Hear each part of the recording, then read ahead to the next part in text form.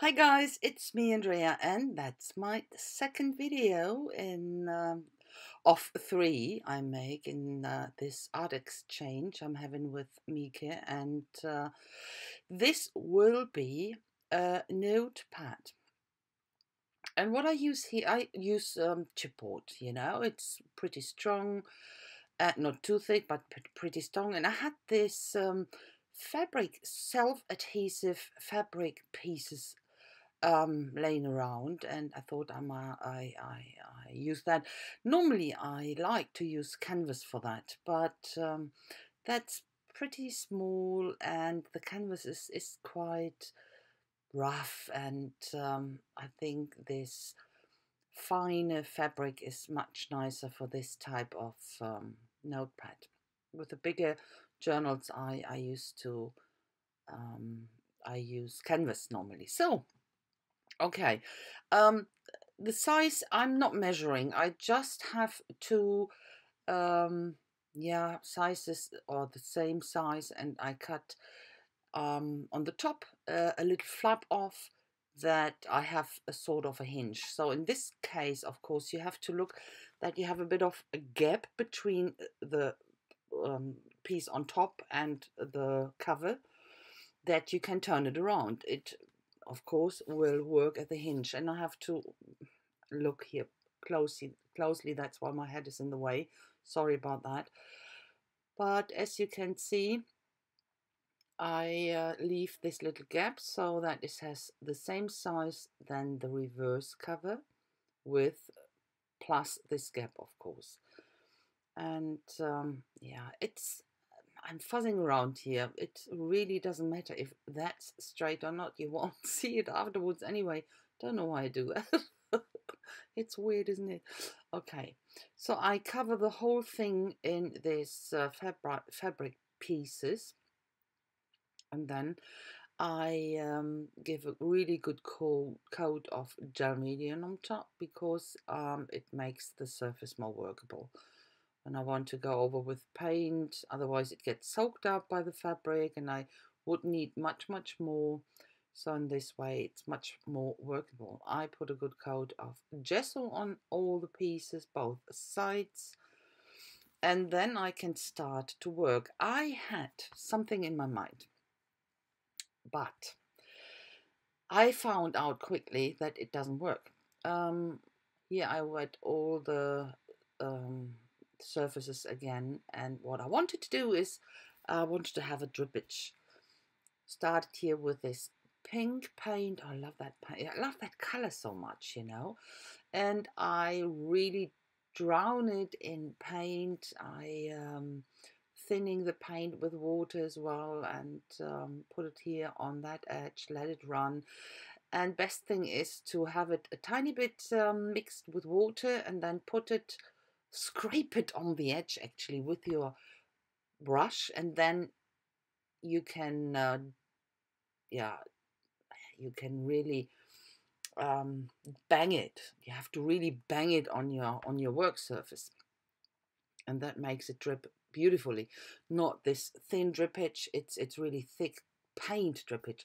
But what I found out then is that the card, or the chipboard, is really suffering here. It was already splitting apart, and I was just halfway through. Okay, so I changed my mind, and I show you this actually only because I will use this background. You see there, this mop-up page, um, for my last piece in this exchange. So that's why I showed it. So I put everything, or I covered everything in gesso again, and now I start here with crackle paste, and I put that in a generous amount on this front cover. No plan, just put it on. And of course I let that dry, and that's why it looks. What I do now is I seal everything with a liquid varnish. That's from Liquitex. You know, I tried a lot of crackle paste, and they all flake. So you have to seal them, and you're working on top again. You have to seal it, but not that much. So don't fill up the crackle gaps with the medium. So that's why I use the liquid one. It is very thin and it won't clog up the crackles. So in here I put some modeling paste on top because I wanted to have even more texture. I could have done that with the crackle paste, but I think it works easier with a modeling paste on top then. Okay, again, I haven't got a plan. I just put it down as I go, put it down as you go, and leave it to dry. It takes quite a bit to dry, but the weather was nice. Sun was shining, so I could put it out into the sun. That's a really good thing with summer. Everything can go out for drying into the sun. Okay, going on, getting excited about the weather. I use here a turquoise, put it down and let it dry a tiny bit, not too much. And then I go over with a baby wipe and give it this distress look. And I put something off and there was a bit of too much white. Then I put it back with my finger, put some paint backs and so on. So it's a personal thing how much you want to remove. And what's a better combination with turquoise? There is nothing better than burnt sienna, isn't it? I love this combination so much. To me, it's distress, it's vintage, it's steampunk, it's all what I love, you know. And I wanted to make this notebook a bit differently to what I do normally, but that's me, you know, that's Andrea style. And yeah, it's my art, and I think Mieke might like that. And yeah, of course she does. So that's why I went back to this, and because of course my cardboard was splitting up, or my chipboard. Again, working on top here with my baby wipe to remove parts, make it more looking more distressed. And this is a little just paper, nothing, just paper. I cut to size, and I make look ugly. Now I make look old and vintagey with my pit pens here, just with brown tones, different brown tones. You will see why later. Will be a label, and I'm not putting a lot of effort into that one. Just let it look awful. And I use this metal label here, and I will push it from behind into it and right onto right onto it later. So I'm using this brads, and of course I won't poke it through the cover because I don't want to make holes into it. It will be but I'm not. Oh, I was just thinking, what am I doing there? Looking for the second black one. So I will cut off the metal parts in the back and glue it down later. I'm just looking at the moment if that fits and if that looks okay, and it does. So, and then I found, while looking for this ones, I found this bigger half pearls brads, and I thought, oh, they would make a nice addition here on that side. Found 3 of them, same color, and I will put them down with glue later in that way. When you're gluing something like that and you want that to last, use a proper glue. And in this case, I always like to use E-Thix 6000, because when you let that dry properly, that will last forever. So on the inside, the reverse and the insides, I use the same color theme, the turquoise and the burnt sienna, in this distress way, with putting it on, let it dry a bit, and go over with the baby wipe. You know, you have seen me doing that before. And I will stencil a tiny bit, but I forgot, of course, to video that part. But I think it's stenciling, it's not rocket science, so not very special, just a number stencil bit through with same as burnt sienna actually, and yeah, you will see it later. Very simple. So now I remove this metal from the brads for that little label, and will glue everything together and glue it down, of course.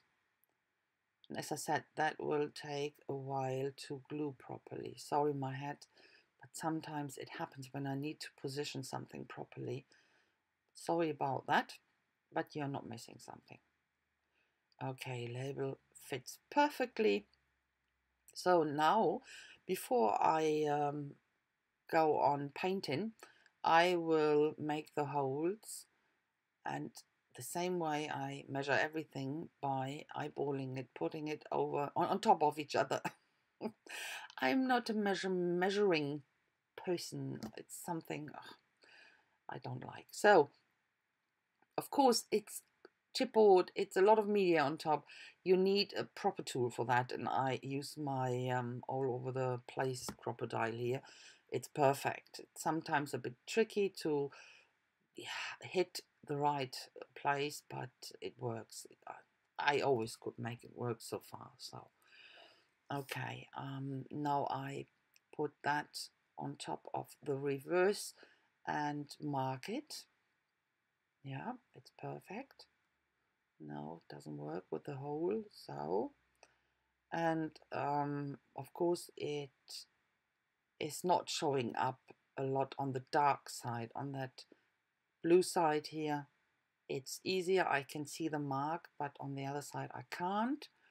So that's why I have to use a black ink pen later. You will see me struggling first here, of course. No, can't see it. I can't see it. No, and I don't want to risk that it doesn't fit with the other ones. Okay, using a black pen here, and now it works.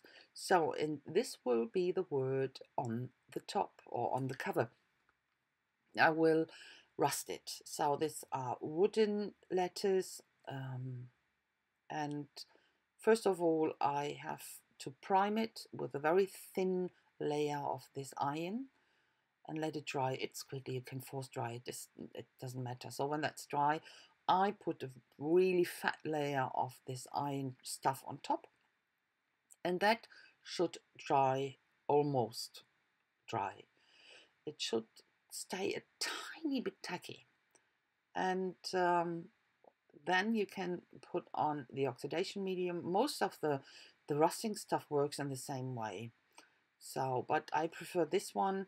It's a German product, so I really can't give advices for if you're living in the States or in the UK. This is a German product, and I really like it because the gel, this oxidation gel, is absolutely, it doesn't smell, and it's really great to work with. So what I do now, I seal all my surfaces here with a varnish. That's a glossy varnish. I will do the same here later. But first I will go over with my gilding wax, put it on a finger, and then go over all the raised areas I created before with a modeling paste. And I think it's such a nice combination with this rust later and this turquoise and sienna, burnt sienna. It's absolutely nice. I really like it. I would like to keep that myself. Okay, I'm trying to write down Mieke. I'm not, my handwriting is awful, I know, but I'm trying hard here. I'm trying hard. Of course, the label is removable. So, Mieke, if you want to have that, it's removable. You can put in there whatever you want. Okay, so, and I have to cut that bit off, and that it doesn't show, but it's still removable. So, I'm not gluing that down. And the last bit is here, the varnish on top, or yeah, the varnish. It's this Liquitex glossy varnish, and that works fantastically. So if there will ever be a few stains on, so you can go over with a damp towel. So I wouldn't use a wet one, but the damp towel is fine. So this is actually a 3D silicone glue, because the surface is pretty uneven, so that's why I can level it out with this silicone stuff. Downside is it takes quite a long time to glue, but when that glues, it stays put, definitely. So last bit, now I will put everything together. These are these bookbinding screws. The good thing is you can unscrew them if you want to work on a loose page. You can unscrew it, get a page out, work on it, put it back. And that's fantastic. I love that. So that's what it looks like. That will be the close up already. And of course you can go through and look through when the pages are in. You can turn them around, and that works great. But as I said, you can get them out to work on it. And as I said before, the silicone glue for the letters takes a time to stick. They are not dry yet. I will see that soon, not yet, but you will see now the close-up. And I really love this piece a lot, and I hope Mieke does. So, and I adjust them now. They will stay perfectly on there, and everything dried already. So, okay guys, that's it. I say a big thank you for watching. I hope you like it, and if so, please leave me a thumbs up, and a comment would be great. So yeah, that would be fantastic. You can even share it. If you know someone who would like to watch stuff like that, share it. That would be so much appreciated, really. Thanks a lot for that. And I wish you a fantastic time, guys, and I hope I will see you soon with my next video. Have a fantastic time. Bye bye, guys. Tschüssi Leute, habt eine schöne Zeit. Ciao.